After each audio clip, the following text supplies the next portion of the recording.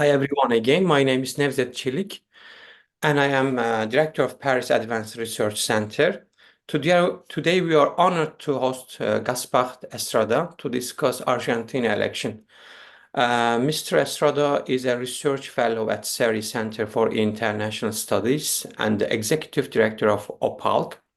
He teaches political communication at the School of International Affairs of Sciences Po.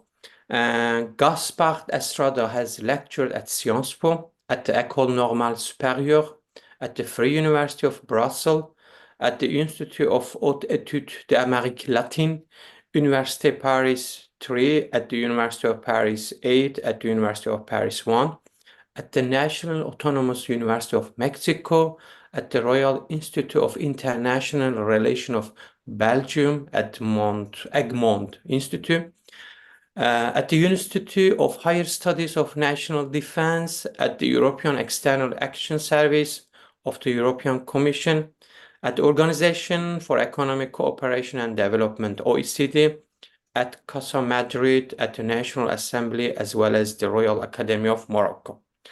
Gaspard Estrada is also an op-ed contributor for New York Times. He regularly collaborates with Le Monde, Project Syndicate, El País, Liberation. He has been interviewed by CNN, BBC, The Guardian, Dutch Well, France Inter, France Culture, Mediapart, among others. Welcome again, Dr. Gaspard. My first question: what are your initial impression of the recent election in Argentina and the victory of President Javier Milei? What factors contributed to Javier Milei victory in the election? How he won, considering Argentina prolonged economic challenges? Well, first of all, thank you so much for your kind invitation. I'm glad to be here with you and share some thoughts about the outcomes of the Argentinian election. Well, first of all, I think that this election was marked by this anti-incumbent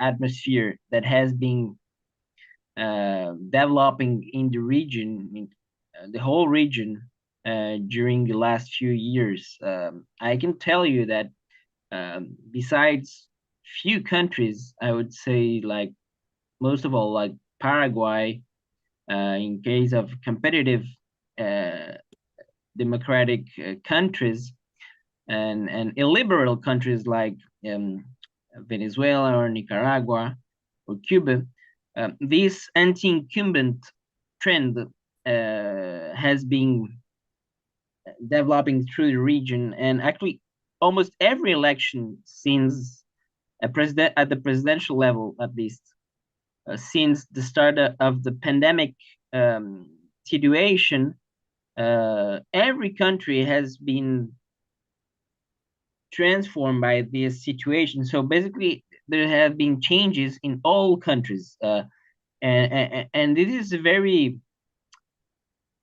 I wouldn't say new, but I think this is something very strong in the way that contrary to European countries where you have these parliamentarian regimes, I mean, excluding France, in Latin America, you have presidential regimes.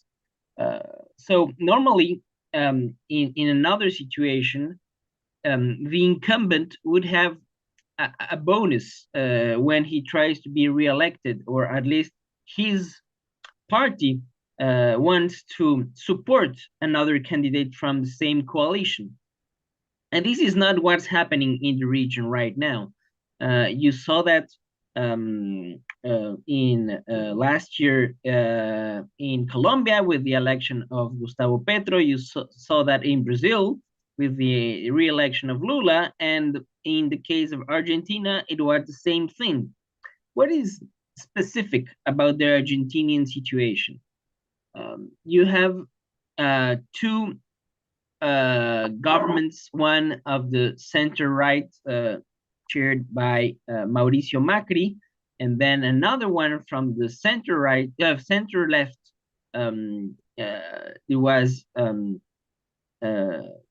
driven by Alberto Fernandez, which were deeply unpopular. And what was new in the Javier Milei's campaign, it was this message of distrust regarding the political and economic elite, and he managed to transform this unpopularity of these economic and political elite into an effective message to communicate with its constituency, to its voters, and to create a narrative regarding a possible new Argentina that would throw away this elite. He has a particular biography because he's not from the political arena. He is an economist. He was started to be known among Argentinians because he was invited to TV shows because he was commenting the economic forecasts for the country, and he started actually. Oh, sorry. So sorry to disturb you. He was popular. Yes, he was popular, but as an analyst, not as a politician. So Okay. he made this shift 2 years ago, actually. So it is quite new in the political scene, in the political arena, and since then he was preparing this presidential campaign. However, the political observers of Argentinian politics dismissed somehow his narrative and his ability to build a coalition, to build a party, to build a political structure who could be able to take the political the lead during the campaign and to win the presidency. Why? Because you had two strong politicians. One was more moderate. He was a former mayor of Buenos Aires, Rodriguez Larreta. He was close to President Macri at the time, and then the former Minister of Security of Mauricio Macri, Patricia Bullrich, who was way more right-wing in her positions. So basically, if you saw the newspapers last year, for instance, you could see that almost nobody gave a chance for the previous majority to be able to win the election. So basically, there was a run again between two contendants, Larreta against Bullrich, and that was basically the main narrative of the campaign. Who in the opposition would be able to win the primaries and then the election? In that time, Milei was not an option because he had no funding for his campaign. He had no structure, political structure, and he has no support among the political and economic elite. However, the way that the economy developed in the last year and the way these indicators, I mean, they had a very, very tough year in the way that there was an economic turmoil in the last months, and namely due to the inflation rate. So basically, these situations start to radicalize in the way that even the narrative of the institutional opposition, I would say, had a lack of credibility. Why? Because these two main political figures that I mentioned, Larreta and Bullrich, were linked somehow to the previous administration of Mauricio Macri, which, as I mentioned, has a very negative image among the electoral population because it's in part responsible for the current economic turmoil and the current economic crisis.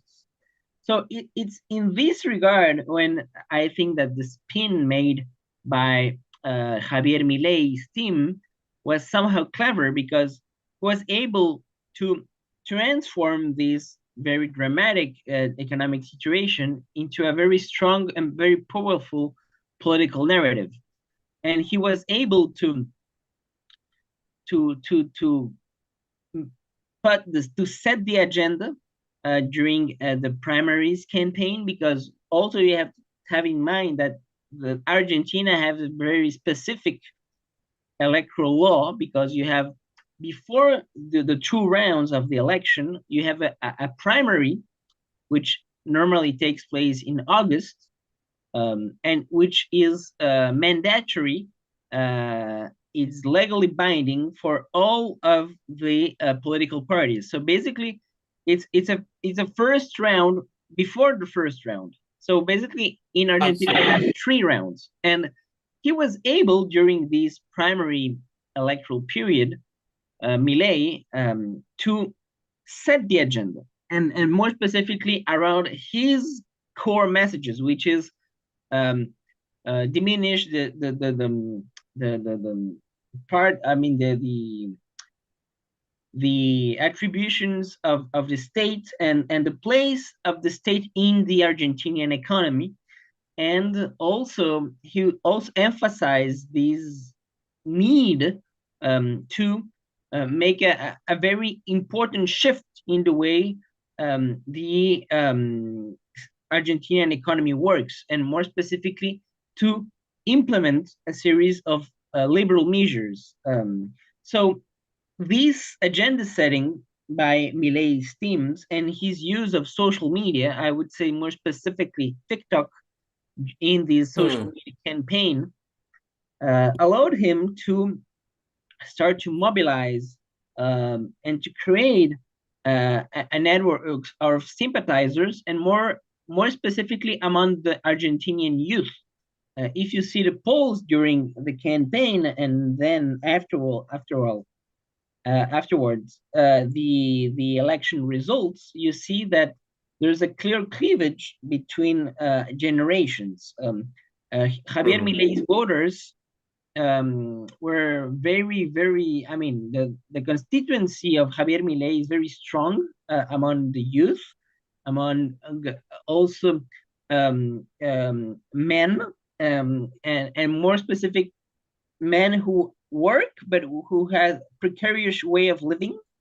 So they have small and short-term contracts, so they're not really into the job market, and this precarity also allowed Milei to create a link when he says that the state has to intervene in all spheres of the economic life, and you have to liberate energies, and this is a message which created a link with these constituencies. So in this regard, what happened after the primary was really important, because he was able to share this message, that he was able to build a majority in order to win the election. The fact that he arrived first in August at the end of the primaries was very important, because that sent the message not only to the voters, but more specifically to the elites, the political and economic elites, that he was able to win the election. So basically, that changed its status as a candidate. So basically, instead of being merely an outsider who was not able to gather strong endorsements from the political and the economic elite, he became a challenger, and he has this, I would say, fresh narrative in a way that he was able to say, well, if you want change, I embody change, and not the other contenders of the election, more specifically the contenders from the institutional opposition. So Patricia Bullrich on the very far right wing, and Larreta, his message was more moderate. Of course, after the primaries, Bullrich was appointed as the candidate of the center right, and she had a tremendous dilemma during this campaign, because as she was radicalized her messaging, basically she left behind all the supporters of her previous contender, which was Larreta. Oops. So in this regard, Bullrich has an issue, because she wanted to replicate the messaging of Milei, instead to avoid the lose of her voters to Milei. But at the same time, while she was doing this, she was losing the constituency of her previous contender, which were way more moderate. So basically, she was stuck, and she was not seen as a sincere candidate embodying change. And that's what happened during the first round.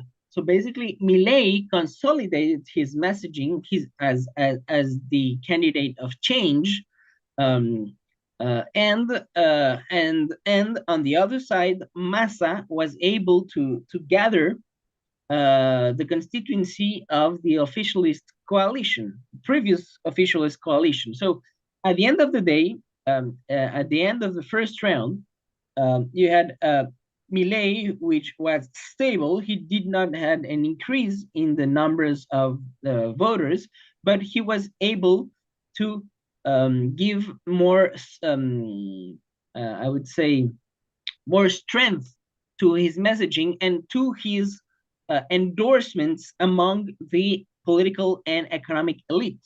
And on the other side, the incumbent and the candidate of the government was also able to rebuild his coalition and be able to go to the second round. But what at the end happened, and I'll always say this in my classes that you mentioned on political campaigns, is that campaigns are always a dilemma between continuity or change. And in this case, in this election, it was very clear that the core message was change. Why? Because Argentinians were facing a huge economic crisis. There are a very strong social and political unrest. There's a political polarization in the society. And it was clear that this kind of messaging, radical, aggressive, that was embodied by Javier Milei, had traction and created a connection with the society. The only issue that you can have when you have this kind of messaging is that you also can create fear. And fear is a very strong incentive, or to vote for someone or to vote against someone. And you have you have many examples in campaigns around the world, and more specifically in Latin America, when you can use negative messaging in order to be able to avoid the victory of a challenger, of someone willing for, selling the idea of change. But when you transform change into fear, that can prevent candidates to win elections. So, for instance, you have the election of Gonzalo Sanchez de Lozada in Bolivia in 2002, when you have also the same situation. You had a tremendous economic crisis. You have a popular candidate who was an outsider, and was a case of Evo Morales. At the time, he was leader of the MAS party. That was in 2002. But he also had at that time this image of an extremist. There was a leader of a union of cocaleros, so the guys who do the hoja de coca, and basically what made Gonzalo Sanchez de Lozada win the election, it was due mainly to this negative messaging, which was created by American strategists from the Democratic Party. So you had this group of U.S. campaign strategists of Bill Clinton, who went to Latin America, who went to Bolivia, and to shape this negative campaign against Evo Morales. The issue with this kind of messaging is that you can win the election, but then the narrative of the government is very hard to be sold to the population and to explain this kind of hysterical and this message of fear.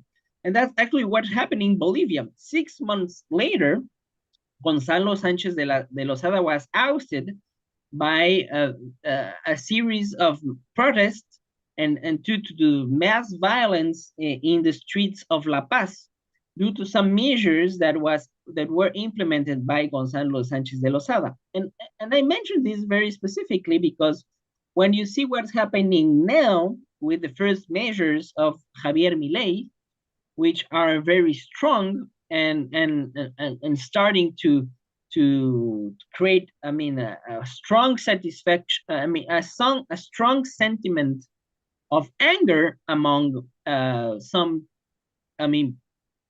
people in the middle class in Argentina. I think that the next weeks and months are going to be very complicated for the Milei's government. Why? Because even though he was able to avoid this messaging of fear that was being implemented by the Brazilian spin doctors of the candidate of the government, Sergio Massa, and he was able to transform it into a message of hope of a better tomorrow. At the end of the day, his whole messaging since he was elected is not a message of hope, but is once again a message of fear, and saying that Argentina has not money to finance, for instance, the construction of new hospitals, schools.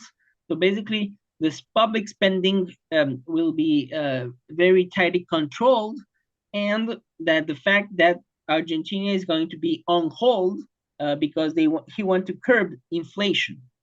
So in this regard, the measures that he announced yesterday, which basically aims to liberalize the Argentinian economy, is going to produce in the short term very negative results for the economy. So basically, the forecasts of the IMF and these main agencies says that next year Argentina will face again a very strong economic crisis.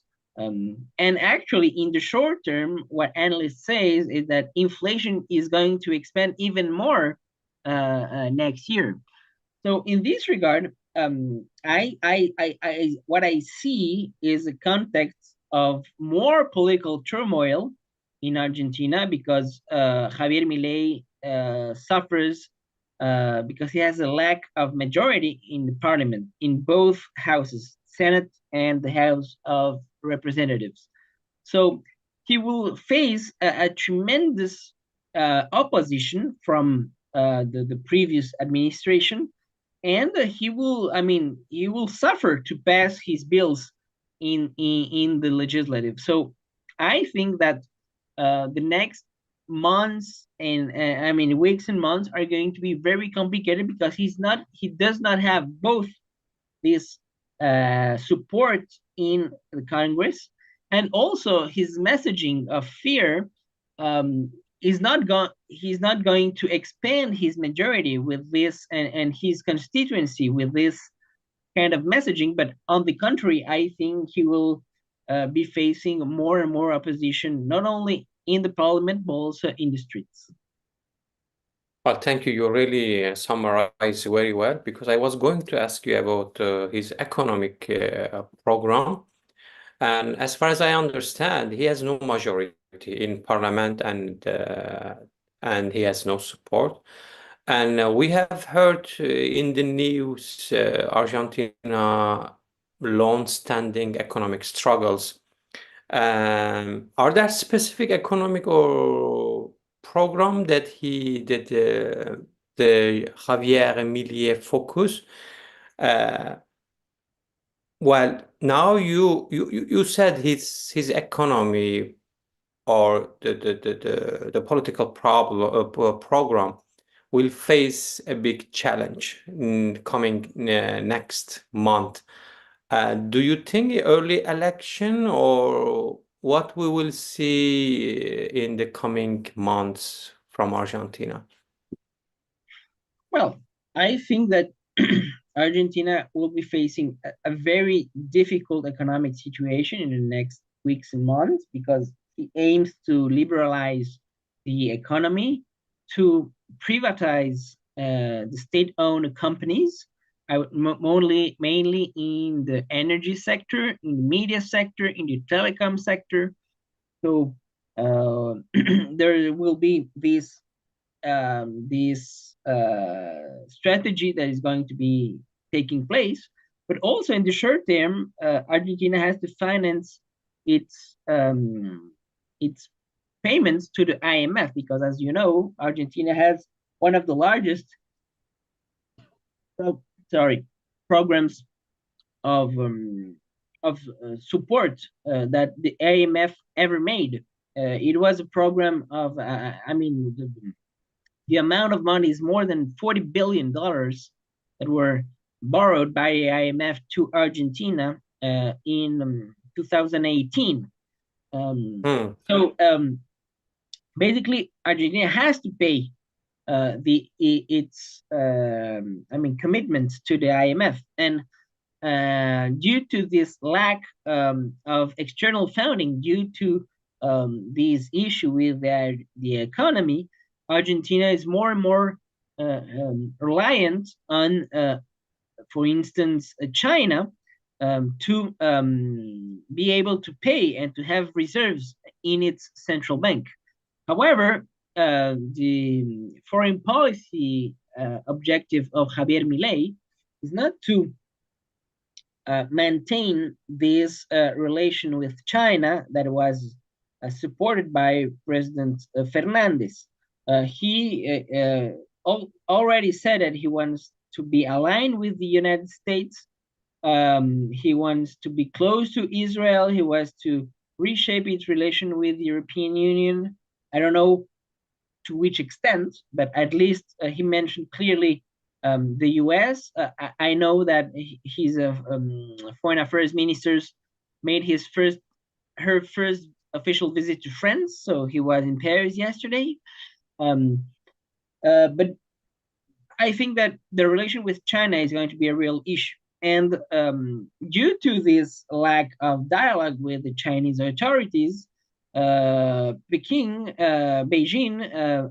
announced a few days ago that they will block temporarily the credit swap that the Argentinian government signed with the Chinese few months ago in order to refinance this program with the IMF. It is clear that with this... Before the election.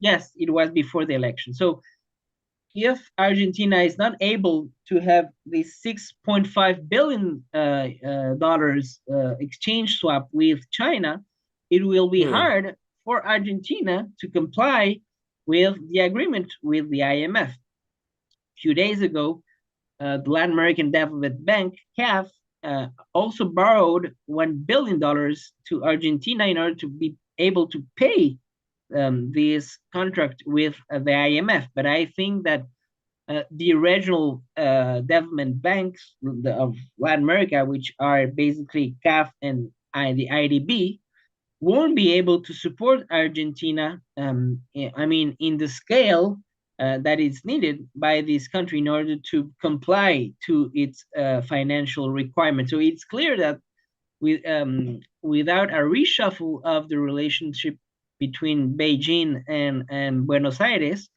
Argentina will suffer to comply with these financial requirements. So I think that, the next weeks are being very important to see what will be really the foreign policy strategy of Javier Milei, what will be the bilateral relationship with China, and we'll see if this anti-Chinese discourse was only messaging for the campaign, or if it's going to be translated into a real public policy. Well, thank you so much for also explaining his economic and foreign policy strategy. So as far as I understand, Argentina will have big challenges for coming months. And my last question, I mean, well, we will see the next coming months, but for the moment, the Javier Milei program try to shift from China to America and Europe, or he tried to make a new program like in Latin America or something different program based on his economic or political program. Because as you summarize, the Argentina has big debt from IMF, and he borrowed also the money from China, which now is in trouble. What is really he has to do, and what do you think about this? What's gonna happen for coming next months? Oh, well, I think that also there's an question regarding. Because this is kind of like really a dark scenario for Argentina. Well, what I think is that there are many questions still in the air. I think that among them, and besides this China-Argentina issue, I think there's a very big question mark regarding the future of Latin American, South American integration. What will be the future of Mercosur, for instance? During the campaign, Milei said that he was against the Mercosur, that he wanted to curb the relationship with Brazil, which is one of the largest trading partner of Argentina. Of course, just after his election, Javier Milei sent his foreign affairs minister to Brasilia, and with a letter to President Lula in order to invite him to his presidential inauguration. It is clear that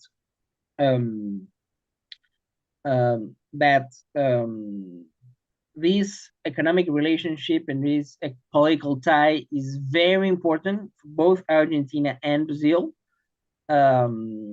But even the Minister of Foreign Affairs mentioned that the new government of Argentina aims to maintain the Mercosur and actually would not be against the conclusion of an agreement, of the free trade agreement with the European Union.